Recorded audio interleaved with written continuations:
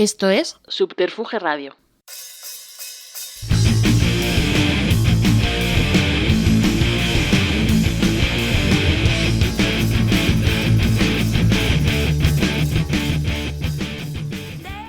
Bienvenidas y bienvenidos a una nueva entrega de Simpatía por la Industria Musical, emitiendo desde el estudio Alfonso Santisteban de la calle Almirante, bajo el dial digital de Subterfuge Radio y con un invitado de esos que hacen especial ilusión, por su talento contrastado, una historia remarcable y el mucho cariño que se le profesa en esta casa.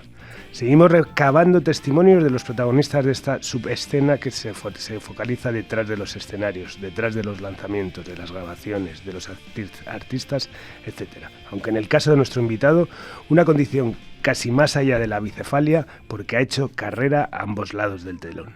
Un auténtico placer, pues, recibir hoy en el estudio Alfonso Santisteban en esta nueva entrega de Simpatía por la Industria Musical, a la palabra y el testimonio del siempre reivindicable Paco Ortega.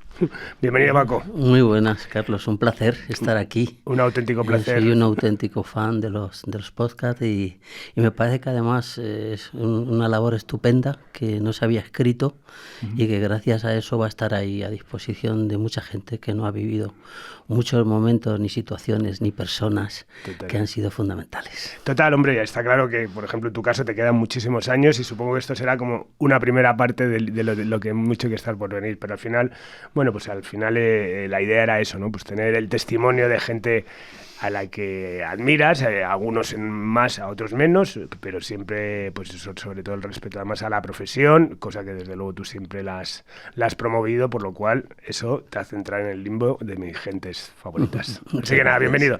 Bueno, conocemos tu carrera profesional, que ahora la detallaremos un poco más, en la medida de las posibilidades del tiempo que tenemos, pero bueno, siempre me gusta indagar un poco en esos orígenes, ¿no? Así, ¿cuáles fueron tus primeros contactos con la música antes de ese primer disco? ¿Cuáles son tus primeros recuerdos musicales?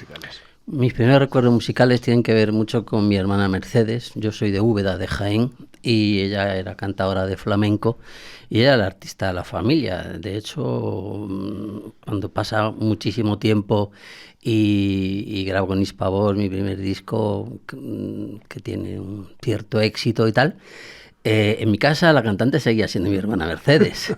Lo que pasa que, bueno, eran momentos complicados para las mujeres en aquella época y tal, y casi todas tenían la carrera amputada a partir de un estadio, porque eso de ahora la verdad es que es más fácil todo. Pero en aquel momento las mujeres y la profesión tenían unas connotaciones de peligrosidad desde el punto de vista social y familiar que hacían que muchas mujeres no podían desarrollar su trabajo. Entonces, mi casa siempre era una fiesta, cantaba todo el mundo. Y luego después, yo viajo a Madrid muy temprano, con 8 años toda mi familia se muda a Madrid. Y bueno, desde muy pequeño estudié en el Colegio del Pilar, en el Amorós, y desde muy pequeño, pues mientras que los demás daban patadas a los balones, pues yo estaba ahí con la guitarra y inventando y cosas de ese tipo. Así que lo que empezó siendo un juego, pues terminó siendo una profesión.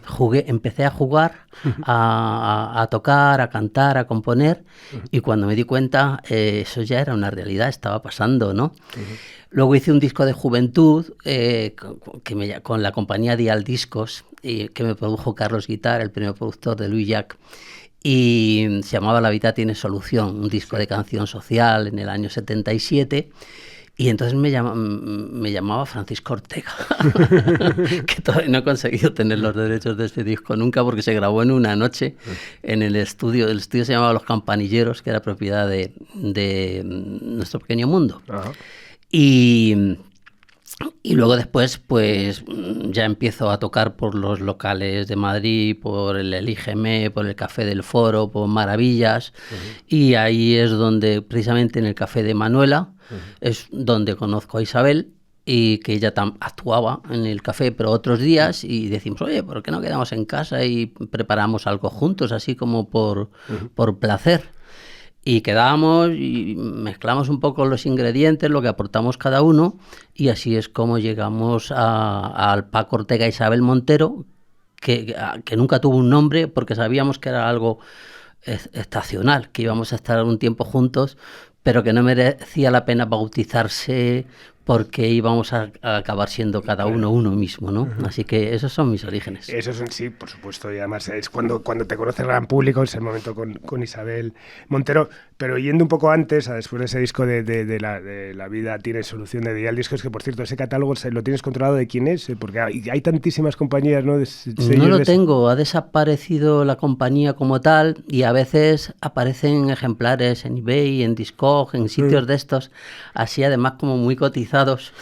Pero no sé realmente quién tiene los derechos. Y luego, como cambiaron hace tiempo, la propiedad de los máster como productoras era de 50 años, luego se amplió a 70, sí, creo. Sí.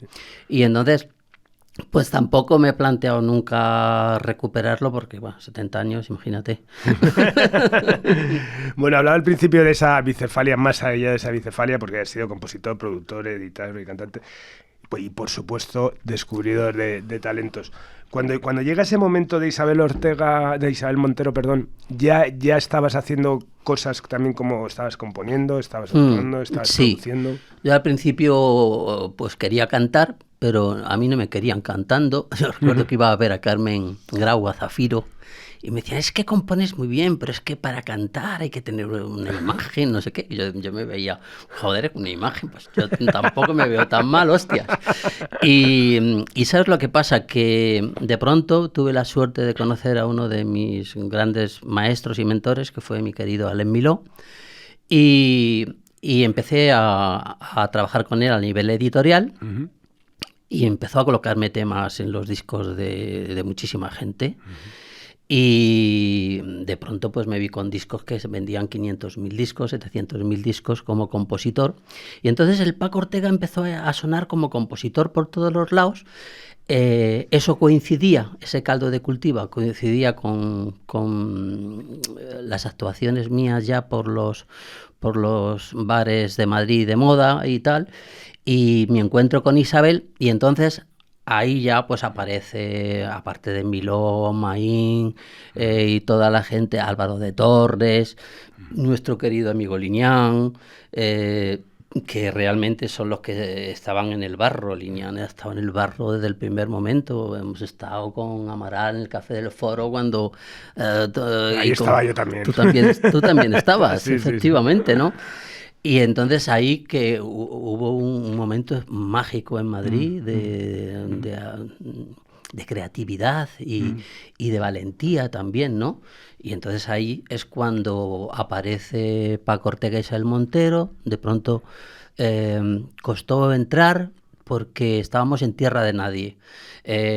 Ahora es muy fácil hablar de mestizaje y de fusión y de todo ese tipo de cosas, pero estoy hablando, nosotros ganamos el Premio Nacional del Encuentro Nacional de Autor en el año 87, creo que fue 87, y una cosa muy curiosa y que dice mucho de la grandeza de Madrid es que nosotros ganamos el premio de la Comunidad de Madrid con una propuesta pseudo flamenca, que normalmente todo el mundo defiende un poco como su carácter en su comunidad. Bueno, Madrid es tan generoso y abre los brazos de una manera tan maravillosa a todo el que llega, que nosotros con una propuesta que era más de Andalucía que de que tuviera que ver con Madrid, pues ganamos, con eso vamos al Encuentro Nacional y ganamos también. Y eso ya coincide pues con la producción de nuestro primer disco por Luis Escolar. Y bueno, y ahí ya tenemos a muchos aliados, la verdad, en la compañía, en Hispavox y también Paco Renero a otros niveles, que sabes tú siempre que hay personas que son las que luego se amasan el barro. Algunos toman las decisiones, pero luego el día a día. Y de pronto pues tenemos mucho éxito en Manuela, de pronto vemos que se desborda el local cada vez que actuamos, unas colas enormes para entrar. Cuando menos lo esperábamos y menos lo buscábamos, pues parece que habíamos encontrado una fórmula que funcionaba. inclasificables. La gente del pop decía que eso era flamenco, los del flamenco decían que eso era jazz, los del jazz. Entonces estábamos, tengo artículos de la época y portadas que ponían Paco Ortega y Isabel Montero en tierra de nadie. Entonces, bueno, la verdad es que costó un poquito. Al principio éramos objeto del interés de la prensa más selecta y las firmas más selectas. Eso siempre ocurre hasta que tienes ya un gran éxito. Cuando sacamos el segundo single, Entre la hiedra, pues se desborda y se hace terriblemente popular. Y ya, bueno, pues cuando la firma de rigor va a comer a su casa y descubre que a su madre le gusta el mismo grupo que le está defendiendo, pues pasa a defender otro grupo. Sí, bueno, aparte, bueno, es un éxito mainstream, ¿no? Sí, o sea, lleva ahí... sí, en diferentes países. Hicimos 3 discos muy, muy hermosos.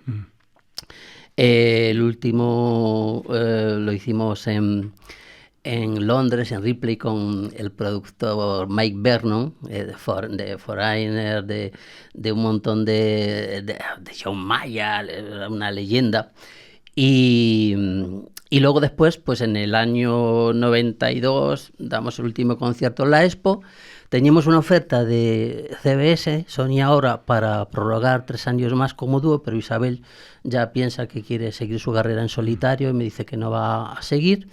Y entonces pues nos separamos, seguimos siendo muy amigos y nos vemos poco, pero la quiero un montón.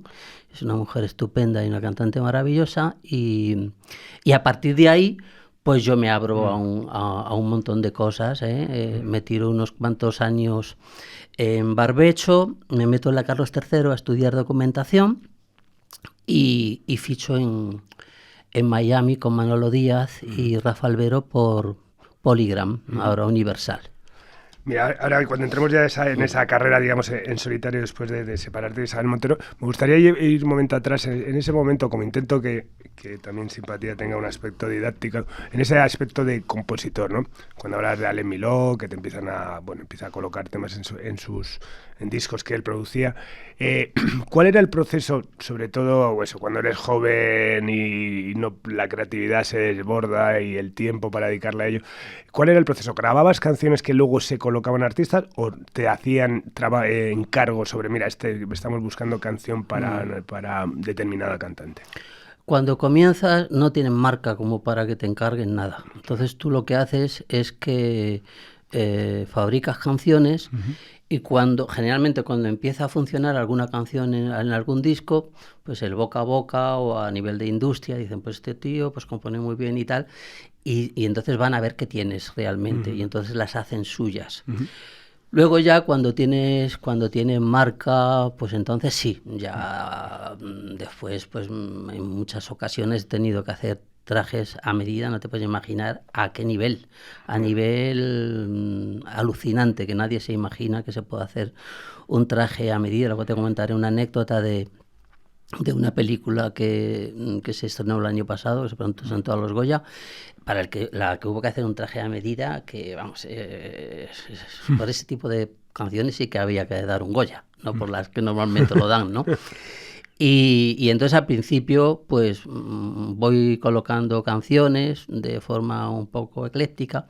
Miló me enseñó algo importantísimo y es a estructurar canción. Miló era durísimo. La prueba de Miló no la aguantaron muchos artistas. O sea, ante Miló había 2 maneras de reaccionar. A lo mejor tú ibas y le dejabas el cassette en aquella época, lo que sea, y empezaba a escuchar y sacaba el cassette y lo tiraba y decía, esto es una mierda, no sé qué. Entonces, ante ese tipo de reacciones, ante ese tipo de actuaciones había 2 reacciones.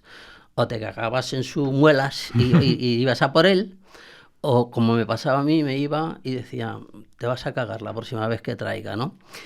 Y recuerdo que esto sucedió varias veces y he hablado con artistas que me han dicho que lo sufrieron y lo llevaron muy mal. Me acuerdo con Mercedes Ferrer, que lo hablaba un día, pero de pronto yo recuerdo que hubo un momento en que me dijo, cabrón, ahora sí que tenemos temas para vender 1 millón de discos. Y a partir de ahí, pues la verdad es que empecé a ganar bastante dinero para lo que yo había ganado antes, que era nada. Y me empezó a ir muy bien. Y luego él me enseñó a estructurar las canciones. La gente no sabe estructurar las canciones. Y a día de hoy, muchos años después, uno de los trabajos que más me encarga gente consagrada y gente nueva es lo que yo llamo chapa y pintura. Me lo llaman para chapa y pintura. Selecciono el repertorio ideal y hago chapa y pintura. Y cojo los elementos de la canción y hago los cambio y digo, no, hombre, esto que tienes aquí no lo estás aprovechando, esto es repetitivo, esto no interesa a nadie. Entonces, a ese nivel, pues eso se lo debo al gran Milo. Qué bueno. Bueno, volvemos a ese año 92, ¿no? Que ya inicias también tu carrera como cantante en solitario, solista. Ya como Paco Ortega, y también como productor, compositor por supuesto, y productor, ¿no? De Niña Pastori, Pata Negra, El Cigala. ¿Cuál es tu primera producción y cómo te sentiste afrontando el reto de al final de estar al lado de un artista? Pues a mí me fichan para Polygram en unas condiciones alucinantes de fichaje, de pasta, de royalty, de todo, de estrella, ¿no? Y ¿Quién te ficha? Me ficha Manolo Díaz y Rafa Albero, que estaba en España, pero vamos, se produce el encuentro con María Meyer y Manolo Díaz en Miami. Y hago un disco de flipar en Nueva York, Los Ángeles, Miami. Es un disco de Paco Ortega, ¿no? Sí, La magia del barro, que se llamaba mi primer disco, que era un cambio realmente importante con respecto a toda la carrera y tal. Un disco que yo creo que es el más hermoso que he hecho nunca y probablemente el más desconocido. ¿Qué ocurre? Que cuando va a salir el disco, desaparecen de la presidencia y de la dirección las personas que nos han fichado. Esto sabes que ocurre mucho en la industria y te quedas huérfano, no tienes quien te defienda. Y en muchas ocasiones, inclusive lo que ocurre es que el que llega pisotea todo lo que hay, no sea que funcione algo y digan, no, pero eso lo había fichado el anterior. Esto ocurre mucho, ¿no? Mucho. Entonces, hacen presidenta a una señora alemana que se llama Margarita, que la conocerías, Margarita Secker, y entonces, por no sé muy bien qué, el disco tenía que salir por el Gran Canal y de pronto pues como que lo meten en un armario y lo abandonan. No me ocurre a mí solo, le ocurre a La Frontera con La Rueda de las Armas Afiladas, a Antonio Vega con Océano de Sol. Hubo 3 o 4 discos que de pronto metieron ahí y de pronto tenían que salir. Entonces, como yo siempre he sido muy guerrillero, pues denuncio y me enfrento a Polygram de aquella época. Me tiro 5 años de litigio que ni podía grabar con otra compañía, ni me grababan ellos. Y entonces digo, ¿qué hago durante este tiempo? Entonces me metí en la Carlos III a hacer documentación, biblioteconomía y documentación, y me puse a producir porque no podía cantar yo. Ocurren 2 cosas maravillosas. A día de hoy pues, tengo varios cientos de discos como productor que no hubiera tenido nunca, ¿no? Si no me hubiera ocurrido eso. Pero se cargan al artista también, porque en este país 5 años sin noticias de un artista significan su muerte inmediata. Así que ahí es donde inicio mi carrera como productor. Primero hago pues, discos de sevillanas. Cuando no tienes prestigio como productor, o no te dan su confianza o te dan cosas que son poco comprometidas, ¿no?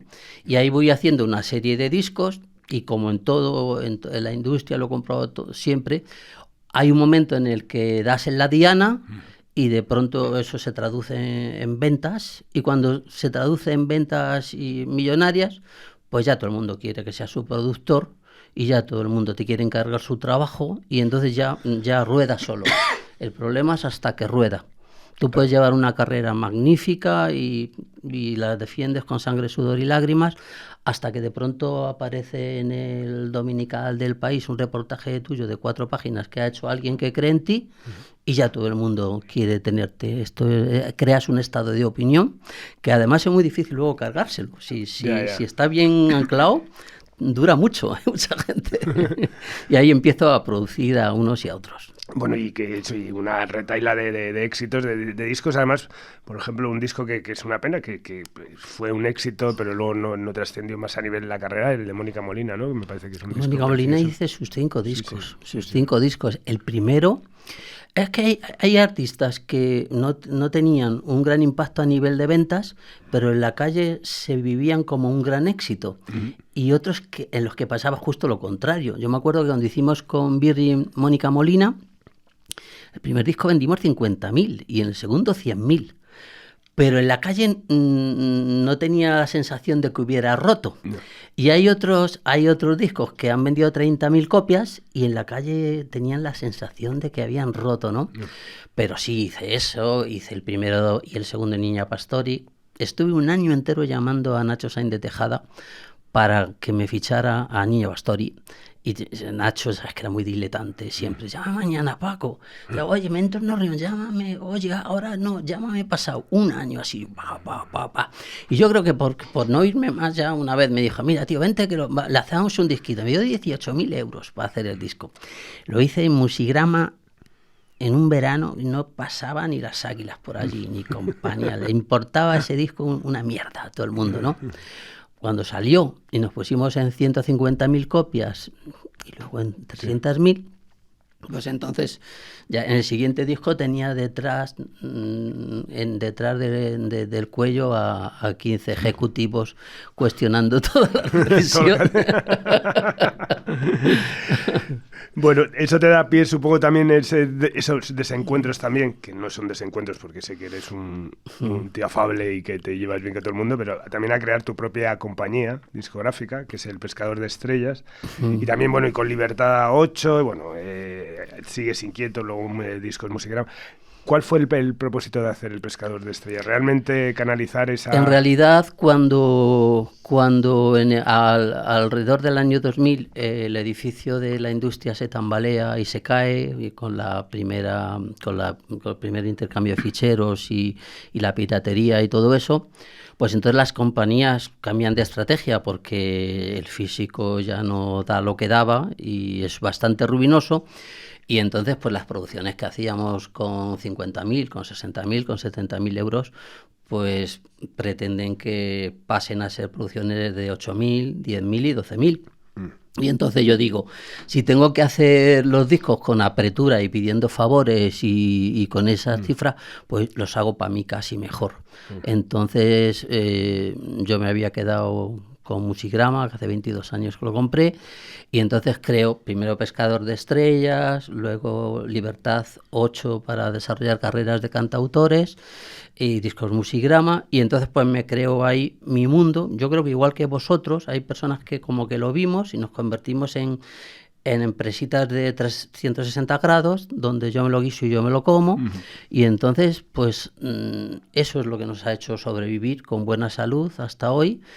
Y por eso creemos nuestro sello, un poco por defensa propia, ¿no? Cuando no tenemos los medios que te da la industria, pues si tenemos que trabajar sin medios, pues ya casi trabajamos para nosotros. Tú fíjate que un disco en el que vendías 300.000 copias y hacías para una multi, eran 300 millones de pesetas. Si a lo mejor tenías un 3% de royalties como productor, que se convertían en un 2 o en un 1,5 cuando había campañas de televisión, no sé qué, pues resulta que habías dejado 300 millones y que a lo mejor ganabas 1,5 millones. Entonces, de pronto, con discos de 10.000 copias ganábamos 4 veces más. Sí. Y de pronto, pues dijimos, pues nada, esto vamos a funcionar desde nosotros mismos. ¿Y sigues con esa faceta como si sigues editando? Sí, lo único que, como tú sabes bien, esto ha cambiado mucho. Si antes hacíamos al año, 16 discos, pues eran 13 de multinacional y 3 de personas que te encargaban. Ahora es al revés. Ahora seguimos haciendo los mismos discos, más de los que podemos, pero la mayoría son discos que se paga la gente. Nuestro estudio también permite una fórmula de grabación que, aparte de ser mucho más orgánica, es un estudio grande, con buenas salas y buena escucha, pues entonces la gente se hace un disco a lo mejor en 3 días y lo mezcla en 5. Entonces, a lo mejor en 8, en 7 días, en 2 semanas, lo que tienen, pues se hacen los discos. Rota muchísimo más gente. Claro. Hemos abierto mucho también el perfil de artista que iba a Musigrama, que era un estudio cuando yo lo compré, que prácticamente lo tenían las multinacionales para ellos, no había quien entrase ahí, estaba siempre ocupado. Y entonces también el contacto de la gente de la que me rodeo. Yo robo mucho a la gente joven, la energía y todo esto. Todo en mi equipo es de gente muy joven y siempre que veo un poco de talento en alguien de prácticas, en no sé qué, pues les invito a arrimarse. Pues eso ha cambiado mucho el perfil. De pronto ahora pues vienen a grabar grupos a través también del contacto de mis hijos, de grupos de punk, de Suecia, de no sé dónde, de no sé cuánto. Entonces tenemos... Es una especie de, a nivel de estudio de grabación, es como un rocola de los estudios de grabación donde aparece gente como Lito Nevia y aparecen unas niñas de 17 años que hacen punk, ¿no? Y entonces está más vivo que nunca. Y entonces pues estamos siempre buscando un poco otro tipo también de negocios. En el estudio de grabación, solo somos 3 personas, mi asistente Olaya, estoy yo y mi hijo Pablo, de ingeniero de sonido. Entonces en un despachito de 10 metros cuadrados pues se cuecen la dirección de festivales, documentales, conferencias, hacemos un montón de cosas que funcionan, unas parece que nos funcionan muchas, pero es porque hacemos muchas y como nos funcionan algunas, pues parece que funciona todo y tal, pero muchas bandas sonoras también. En una época también de mi carrera, en el 2000, me encargan la banda sonora de la película Sobreviviré y se convierte en la banda sonora más vendida de la historia del cine español. No hay ninguna banda sonora que haya vendido 300.000 copias jamás. ¿Y es el inicio de la carrera, ¿no? Dentro del cine? ¿O del ya había cine. Sí, no, ya, es la el primera. primer encargo. Sí, me llama Mariola, la mujer de Antonio Carmona, y me dice, oye, Albacete y Mencques están buscando a alguien y no terminan de encontrar la persona, y yo les he hablado de ti. Les llamé, ellos encantadores, confiaron plenamente en mí. Y me encargaron esto, y fíjate qué cosas, Carlos, que yo desde el primer momento, yo me muevo mucho por intuición, no sé explicarte por qué voy a unas cosas y no voy a otras. Me imagino que a ti te pasa igual, que has tenido tantísimos aciertos. De pronto yo siento que esa banda sonora va a ser un éxito. Y recuerdo que invito a participar en el negocio de editarlo, porque no quería nadie editarlo, pues voy a ver a Lidia, a Virgin, ¡ay, Paco! ¡Oh, una banda sonora española en diciembre que estamos fuera con todo! ¿No? Y así voy invitando a todos, inclusive a los directores, a Paco Ramos, al director de Aurum. No, Paco, ese es tu negocio, no sé qué, no sé cuánto. Y de pronto al mes nos ponemos en 120.000 copias. Sí, fue un auténtico bombazo, ¿no? Y flipaba todo el mundo en colores, de pronto nadie entendía nada porque una banda sonora estaba sonando. Actualmente todavía tiene un goteo enorme a estas alturas, ¿no? Y ahí, a partir de ahí, pues ya me da la confianza a otros directores y otras productoras. ¿Y cuál es así que te sientes, me imagino, cómodo en ese mundo audiovisual, porque no has parado de hacer cosas? Y el proceso de creativo, digamos, por ejemplo, Albacete y Mencques te dan un brief de lo que quieren, te sientas con ellos a analizar tal. ¿Qué tipo de relación tienes con los directores? Pues muy estrecha. Primero me invitan a enterarme bien de lo que quieren contar, luego me mandan el libreto y me marcan algunas secuencias donde ellos creen que la música tiene que tener un papel importante. Normalmente con el libreto yo compongo la canción principal, que desde aquella película siempre la hago en versión doble. Siempre la canción principal la hago 2 veces con 2 artistas diferentes. Y luego pues vamos viendo. En el cine hay muchas sorpresas porque de pronto has hecho una cosa para una escena muy concreta y luego ves la mezcla de la película y aparece en otro sitio y queda de la hostia. Y dices tú, joder, pues yo no lo veía aquí. Pues. Entonces aparece esa magia, ¿no? De cómo maridan la música con las imágenes. Y yo sí tengo una relación muy estrecha con los directores porque soy un director frustrado. Desde pequeño quería ser director de cine, pero de pronto la música me funcionó y me funcionó bien.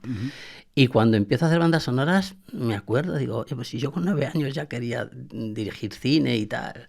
Así que sí que tengo una relación muy estrecha con ellos, sí, y ellos me permiten. Que después yo, bueno, en Vida y Color, Atraco a las 3:30, y también fue un éxito importante. Y Cleopatra, que fue una película preciosa. Cuando viene el director de Cleopatra desde Argentina a buscarme, pues maravilloso, ya ha muerto, y yo le digo, creo que te has equivocado de persona. Digo, pues yo soy un autor de canciones. de cancioncitas, le decía yo. Y tú me estás mandando un score de una película soberbia y tal. Y me dice, ¿tú viste de Desayuno con Diamantes? Digo, claro, ¿cómo no? Dice, ¿y conoces la canción principal, no? Moon River, claro, ¿cómo no voy a conocer? Tú haceme una gran canción y luego variaciones de esa música y ya tenemos la banda sonora entera. Y así es como me da la clave para meterme en el mundo del score, que me daba mucho respeto. Yo hago la canción principal, de la armonía y las melodías de la canción principal, pues hago como spin-off de todo eso, y luego pues me ayudo con un arreglista pues para que lo abra si quiero abrir la orquesta o lo que sea. Qué bueno, qué bueno. Sí. O sea, basado en una canción y todas las... Claro, sí, claro. Sí, bueno, ya se ha hecho, pero vamos, me parece fantástico. Sí, ese es el proceso. Qué bueno. Bueno, en esa mente inquieta y siempre desarrollando proyectos está también, bueno, pues hablábamos antes, lo has dicho, que en ese despacho de Musigrama, ciclos de flamencos, ¿no? Por ejemplo, esos de flamencos y mestizos de Ciudad de Úbeda. Proyectos que pones tú en marcha, proyectos que te proponen... Normalmente yo he funcionado siempre poniendo proyectos en marcha. Unos no han conseguido superar la criba de quien tenía que comprarlos, y otros me los han comprado. Pero yo nunca he sido de esperar a que me llamaran a nada. O sea, si yo tenía, por ejemplo, 10 magníficas canciones, buscaba a alguien que pudiera cantarlas maravillosamente y me iba a ver a cámara o algo a torre y decía, este tío es brutal y estas son las canciones.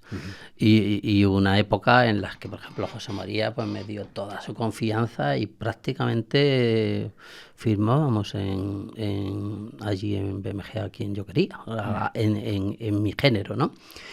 Y así es como yo he funcionado siempre, generando ideas. Inventé algunos festivales de flamenco hace ya 12 o 13 años, cuando no estaba tan de moda. Flamencos y mestizos se lo vendía a la SGAE y lo tuvimos durante 9 años con mucho éxito en la SGAE, en la Sala Berlanga.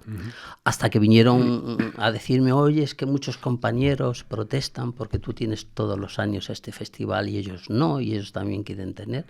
Digo, pues que os lo propongan. Entonces, en ese momento me llaman de Úbeda, yo soy de Úbeda, nacido en Úbeda, una ciudad maravillosa, patrimonio de la humanidad, donde es Muñoz Molina, Sabina, Zahara, Guadalupe Plata, una pléyade de artistas.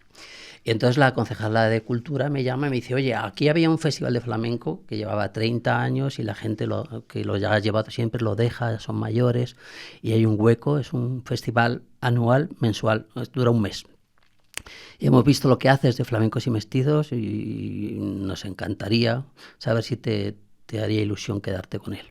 Entonces nada, viajo allí y ahora ya vamos por la 7ª edición, vamos creciendo a un ritmo vertiginoso en asistencia, en venta de tickets, lo hacemos todo. Es una ocasión maravillosa pues para visitar Úbeda, que es una ciudad de las más hermosas de este país, y a la vez pues de ver el buen flamenco pues en palacios renacentistas, en sinagogas, en rincones súper especiales.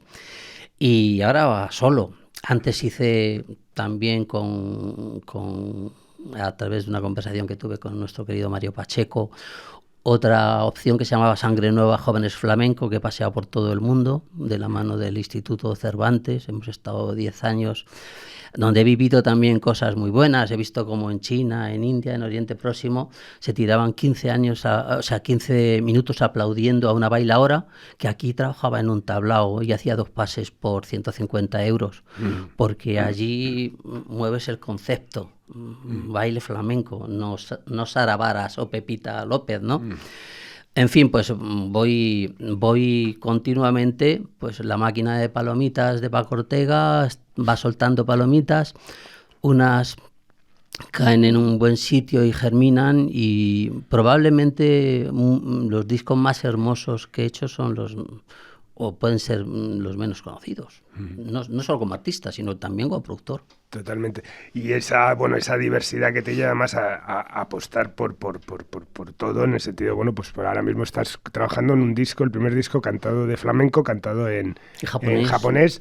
Bueno, el Japón ya sabemos toda la carencia que tiene por el flamenco, sabemos historias de guitarristas, de bailadoras, tal, pero ahora alguien cantando flamenco. Es muy curioso porque Noriko Martín, que se llama Noriko Martín, hace 7 años o así, viene a verme o nos conocemos casualmente y estaba aprendiendo el flamenco y digo, pues yo todavía no te veo, tienes que seguir estudiando y tal. Y digo, voy a pensar. Y de pronto digo, tú vas a hacer siempre la china, esa que quiere cantar. Cantes bien o cantes mal. Digo, vamos a hacer una cosa, vamos a hacer algo que no puedan hacer ellos. Vamos a hacer algo que de alguna forma se salga del ámbito donde ellos pueden no admitirte. Digo, de momento vamos a hacer flamenco puro, pero lo vamos a envolver, vamos a exceder el flamenco, lo vamos a envolver de músicas del mundo para que tú tengas presencia en festivales de estos, de música del mundo, no tengas que... Y vamos a hacer una cosa, vamos a cantar, si el flamenco es patrimonio de la humanidad, es que lo podemos cantar en cualquier lugar y en cualquier idioma, como pasa con el rock and roll ahora mismo. Pues vamos a cantar en japonés. Y entonces aparece esta fórmula en el que tú ves los ambientes y todo eso y no esperas para nada que eso vaya a ser flamenco y que vaya a ser flamenco cabal, lo excede completamente. Es hermosísimo, hemos sacado 3 singles y hay muchísimas miradas sobre ella, pero la estamos ahí reteniendo, estamos ahí guardando y estamos dando pildoritas, y si aparece un socio que realmente nos pone en nuestras manos una maquinaria a través de la cual podamos llegar a otros países del mundo, pues lo estudiaremos, y si no, pues disfrutaremos de nuestro invento, y eso es una de las últimas cosas que estoy haciendo, es verdad. ¿Y con qué estructura? O sea, ¿es flamenco? O sea, cantar flamenco, pero es, base flamenca de guitarra, cajón, tal, o no, moderno? No, es espectacular porque tenemos instrumentación que procede del mundo árabe, del mundo oriental, y la estructura a nivel de palo, por ejemplo, si decimos que es una bulería por soleá, es una bulería por soleá, tiene sus tempos, y tú haces así y levantas todo lo que hay en la mesa y se queda solo ella, está cantando por derecho, ¿no? O las seguirillas, pero sin embargo todo lo que envuelve es un mundo que excede completamente lo flamenco.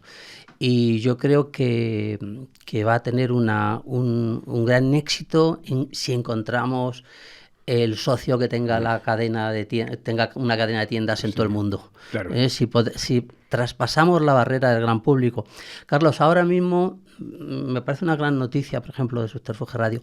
El cáncer de la música ahora mismo, ya desde hace años, es la promoción.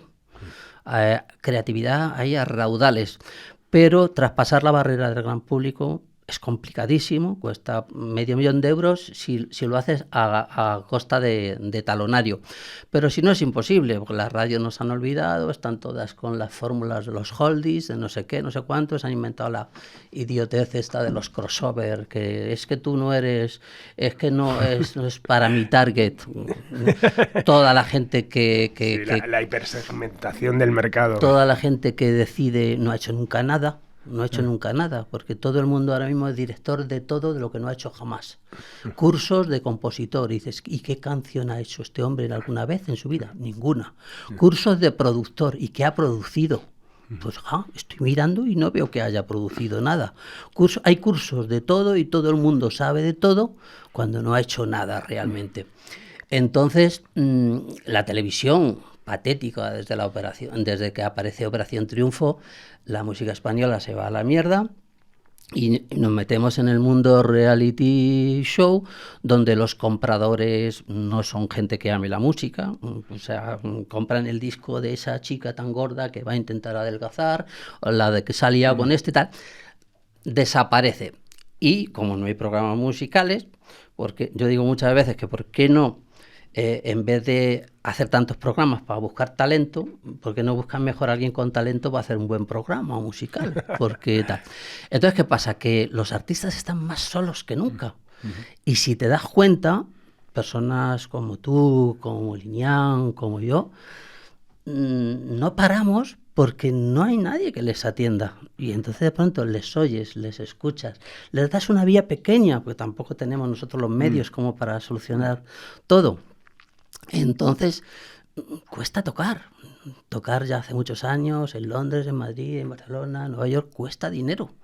En las salas pues hacen su agosto. ¿Qué día quieres? El 15, vale, pues mira, 70-30 las copas para nosotros y 400 para el técnico. Venga, vamos a rellenar todo el mes. Sí, o sea, cuesta. Sí. Entonces, realmente los artistas están más solos que nunca. Encima, todos con la servidumbre de las mierdas de las redes sociales, tienen que hacerse las redes sociales, su página web, está todo el rato con el móvil apuntando, no han entendido nada de las redes sociales, entonces pues haces un Twitter si tienes 10.000 seguidores, ¿quién le va a interesar lo que haces tú? Si tienes 9 millones de personas, pues a lo mejor sí les interesa que has desayunado ese día, pero entonces... Mucha gente está muy perdida. Yo recibo a mucha gente diariamente que sobre todo está muy perdida, que se ha gastado dinero, que han maquetado, que ha sacado fracaso y simplemente ordenarles, decir, mira, vamos, mira, esto va por aquí. Lo primero, siéntate o tómate unos días y miras qué es lo que querías hacer con tu vida. Si es la música, pues decide qué tipo de música y luego vamos a ver si puedes hacer esa música, porque claro, yo puedo querer ser modelo de pasarela, pero si mido 1,20, pues es complicadito, ¿no? Entonces no hay nadie que realmente sea un espejo que esté enfrente de ellos para decir esto sí, esto no, y no se trata ya de ser mejor ni de ser peor, porque hace muchos años, desde que apareció Dylan, ya lo de cantar bien, muy bien, es menos importante. Lo que hay que hacer es tener un discurso propio, o sea, no tener textos y canciones que sean un déjà vu. Lo que hay que hacer es ser lo suficientemente personal y lo que hay que hacer es trabajar en esa dirección y no ir detrás de la pelota todo el rato. Esto que parece una perogrullada, es importantísimo y les ahorra dinero, tiempo y tal. Pero están solísimos. Entonces, ¿qué hace falta aquí? Pues hacen falta canales de difusión, hace falta una radio donde por lo menos todos los artistas tuviesen la posibilidad durante 1 mes y medio de sonar con sus novedades. Eso sería fundamental. Una radio, yo si fuera, por ejemplo, de las GAE, lo primero que haría sería una radio para que todo el mundo tenga acceso, tal. Porque las radiofórmulas han desaparecido, a no ser que pasen ya determinadas cosas, y como tú sabes bien, pues bueno, pues vas a Radio 3, no sé qué, pero no, eso no tiene la suficiente presión como para romper la barrera del gran público. Que un día te entreviste mi amigo Teo, pues está de puta madre, porque es dieta, pero no hay manera de romper la barrera del gran público. Y gracias a que hace ya muchos años que surgieron movimientos que pensaron, bueno, esto se hace así, pero vamos a ver porque se puede hacer también de otra manera, como hicisteis vosotros con el fanzine, que de pronto creasteis un camino. Entonces el camino era sota, caballo y rey. Tú grababas un disco y lo que hacía el jefe de promoción de cualquier lado es ir a ver al de los 40 para ver si se lo iba a poner. Si se lo ponía, lo sacaba y la compañía creía en ti. Si no se lo iba a poner, es que no era tan bueno. Entonces, tío, a esos niveles hemos estado funcionando totalmente. Muchos años. La carrera de Paco Isabel Montero acaba porque se la cargan los 40 principales. ¿Por qué? Porque la compañía, que creía muchísimo en nosotros, se tira 3 años editando singles que sistemáticamente mi amigo Rafael Rever tiraba a la basura nada más llegar, porque decía que era eso de hacer hippies en una canción. Y cuando yo me separo de Isabel, yo no conocía a Rever personalmente, pues un día coincido con él y tal. Tú eres el Paco Ortega ese y tal. Digo, sí, digo, ¿qué te crees? De los ripios. El de los hippies. Digo, ¿tú qué crees? ¿Que tenía la camisa abierta hasta el ombligo y pulseras y tal? Pues, y entonces de pronto se da cuenta, ya está en Cadena 100 y él apoya mucho mi disco de La magia del barro, que ya no tenía nada que ver con esto, pero yo recuerdo situaciones que son de libro, o sea, de viajar a las 5 o 6 ciudades más importantes con un avión para entrevistarnos con los jefes de cada emisora y de alguna forma captar su voto para la reunión, de llegar a la reunión de medios y decir, bueno, pues este es el nuevo single que presentan de Paco Ortega y Isabel Montero, y de levantarse todas las manos a favor y decir rever, vale, pues ya veo que estáis todos aleccionados, ¿no? Pues no van a entrar aquí. Y así las compañías se terminan de agotar.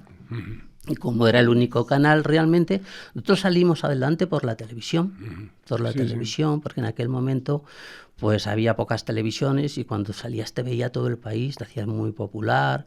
En Rocopop, Beatriz Pecker nos ayudó muchísimo. Pero vamos, yo me imagino, se han creado otros sistemas, lo de Internet funciona según y de aquella manera, tiene mucho de burbuja, pero bueno, si lo sabes utilizar también no es lo mismo que antes, no hemos recuperado.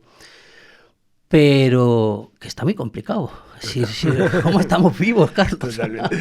Bueno, siempre una mente inquieta para desarrollar nuevos proyectos, siempre una mente reflexiva, como has demostrado ahora haciendo este análisis, ¿no? Al final de lo que está pasando, y siempre una persona comprometida, ¿no? De hecho, estuviste cuando empezó la debacle, la transformación de las GAE, te postulaste para intentar, bueno, pues apostar por una regeneración. ¿Crees que hay solución a lo que pasó? ¿Cómo ves ahora mismo el mundo SGAE? Pues mira, después de todo lo que ha pasado, yo creo que hice bien en postularme, que además cuando casi nadie se postulaba, yo recuerdo una asamblea en la que intervine y hubo un receso, un intermedio en la asamblea, y no me hablaba nadie. En el intermedio nadie era capaz de hablarme por si Teddy les veía hablando conmigo, ¿no? Yo era y soy un gran amigo de Teddy. Y yo le dije las cosas por derecho. Le dije, Teddy, yo pienso esto. Yo creo que Teddy hizo algo maravilloso, puso a funcionar una gran empresa y la llevó a unos límites de recaudación únicos en el mundo. Yo creo que lo que cobrase Teddy se lo merecía del carajo. En cualquier empresa privada hubiera cobrado 3 veces más con lo que hizo. Pero claro, cuando llega el momento en el que la SGAE, que tiene un objetivo, pues se dedica a comprar edificios y a cosas que no tienen nada que ver, pues yo digo, oye, para esto no era la SGAE era otra cosa, ¿no? Y toda la locura esta de la red arteria, que luego se ha mal vendido todo y tal. Luego, a partir de ahí, aparece el caos de la rueda y de las televisiones interviniendo en todo esto y lo enmerdan. Y luego, bueno, ahora parece que tenemos un momento de relativa paz porque hemos pasado una serie de años en los que esto no iba ni para adelante ni para atrás. Bueno, ahora por lo menos... Ahora hay que recuperar la recaudación porque está súper dañada, hay que arreglar muchas cosas, pero bueno, si por lo menos nos llevamos y nos respetamos y somos capaces de construir cosas y tal, entonces yo ahora no soy un socio activo. Me presenté 2 veces a las elecciones y me quedé a unos votos de salir las 2 veces porque los que salieron antes de mí eran todos gente que procedía de la rueda. Y entonces, claro, esto de la rueda era algo absolutamente criminal, ¿no? De pronto una persona que hacía sonido o iluminación tenía más votos que tú, que llevas toda la vida componiendo, que has hecho 700 canciones, pues porque le pagaban los derechos de iluminar con un porcentaje de autoría y cosas de ese tipo, y gente que registraba 2.000 canciones en un año, cuando yo sé lo difícil que es componer unas buenas canciones. Entonces, vamos, yo estoy viviendo ahora mismo lo de la SGAE como un momento ilusionante y propicio para que nos entendamos y vamos a hablar y vamos a solucionar y vamos a intentar ir poco a poco mejorando esto. En fin, no es lo que era, obviamente. La recaudación se ha ido al garete, pero yo creo que por lo menos si no estamos dándonos bofetadas todo el día, por lo menos podemos construir un poco, ¿verdad? Bueno, ¿y qué piensas de iniciativas como por ejemplo ahora lo de la Academia de la Música? Esa necesidad, creo, de reafirmar un lobby, ¿no?, dentro del sector. Hombre, yo creo que es muy necesario porque durante una época los premios de la música tenían una entidad y una repercusión importante. Y bueno, vamos a ver lo que pasa, porque el problema es que si se convierten en unos premios que manejan 4 personas para darle los premios a los artistas que ellos cobijan, como ocurrió con los premios Amigo, que se llamaban así perfectamente, porque se los daban a los amigos y a sus artistas, pues entonces no va a tener credibilidad. Para que esto tenga credibilidad, pues tendremos que apostar por una academia que realmente tenga sabios alrededor y que la gente premiada sea gente que de verdad que se haga con rigor. Yo creo que también en su momento acaba de nacer, yo me he inscrito ya, y yo creo que es muy necesaria. Todos necesitamos una Academia de la Música por muchas razones, y lo que tenemos que es intentar hacerlo bien. Totalmente. Bueno, siempre terminamos con una pregunta referente a todo el mundo en Simpatía por la Industria Musical, y eso es, ¿quiénes han sido tus grandes referentes en la industria? Pues mira, mis referentes en la industria han sido Alex Miló, han sido Ricardo Pachón, han sido José Luis de Carlos, a nivel de producción artística.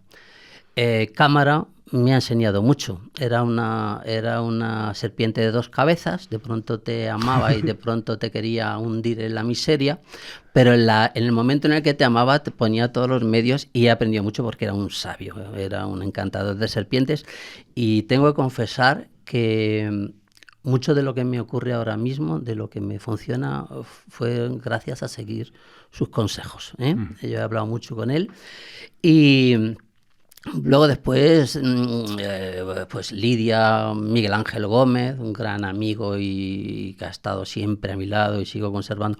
Otro genio, porque es un tío que además se reinventa de una manera que no puedes imaginarte de qué manera se reinventa, ¿no?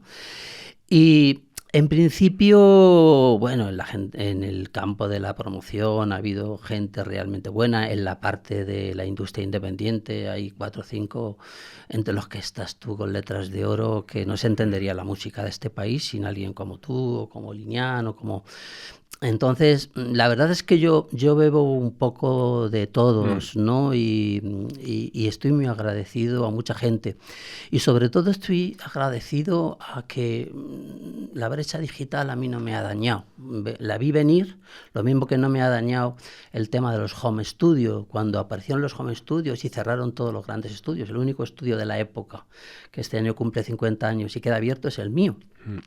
Entonces yo dije, no pasa nada, que no cunda el pánico, vamos a hablar con todos los que tienen home studio, que por fin van a tener un espacio donde no van a tener límite de horas, pero que sepan que cuando necesitan grabar un piano de cola, o una cuerda con 16 músicos, o una batería con buenos ambientes, o mezclar en una NIF, somos sus amigos y les vamos a dar un buen precio. Entonces, a lo mejor el 70% de nuestros clientes son gente que tiene home studio, o sea, claro, son nuestros aliados, ¿no? Claro. Y yo soy muy, muy optimista. Hay mucha gente que se dedica todo el día a llorar de que ahora ya no es como antes. Bueno, las cosas suceden como suceden y ahora son como son. Y hay que estudiar las opciones que tenemos ahora para hacerlo lo mejor posible, y todo el tiempo que... Yo ya salgo de casa llorado. Toda la gente, todo el tiempo que dedicamos a llorar, pues vamos a dedicarlo a inventar, a ser valientes y a generar energía e ilusión, que joder, que vivimos en el 2% del planeta, que comemos de puta madre, dormimos de puta madre, nos vamos de vacaciones, ¿no? Total. Nada, Paco, muchísimas gracias desde luego de entrada por esas palabras hacia mi persona y hacia Subterfuge, y muchísimas gracias por tu presencia y por dejarnos aquí tu testimonio. Que pues un placer también de estar en todos tus inventos, que siempre son maravillosos, y de estar en esta compañía museo, que te decía al entrar que tendrías que hacer un horario de visitas y cobrar, porque esto no te lo hace ninguna persona de arte en 10 años de trabajo. Muchísimas gracias. Pues nada, despedimos esta nueva entrega de Simpatía por la Industria Musical desde el estudio Alfonso Santisteban de la calle Almirante, en Subterfuge Radio, con Laura Rodríguez a los mandos técnicos, y nos vamos con Nada de Hipergéminis. Adiós.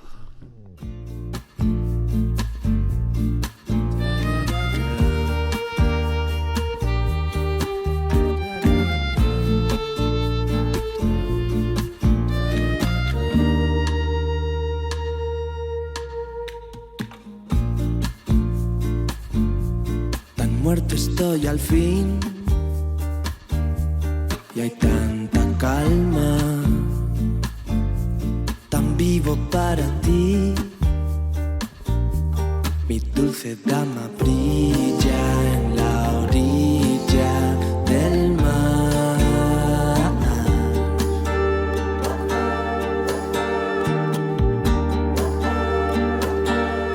Yo no entendía nada de lo que tú me decías cada día entre miradas de papel.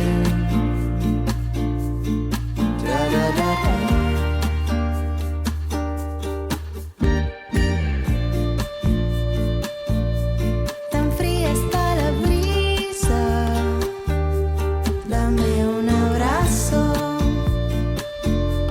que entonces te acostumbras Y das un paso hacia el abismo o hacia el cielo, si es lo mismo, pues allá que voy, allá que voy.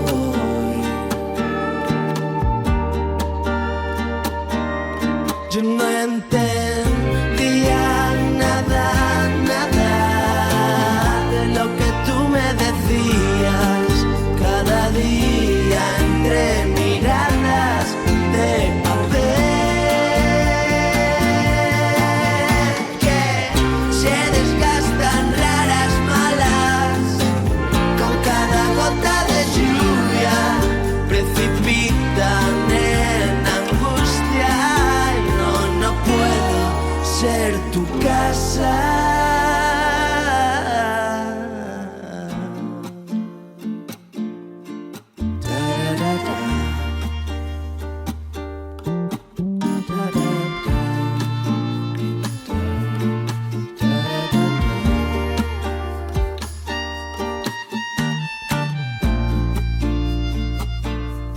El cielo está confuso,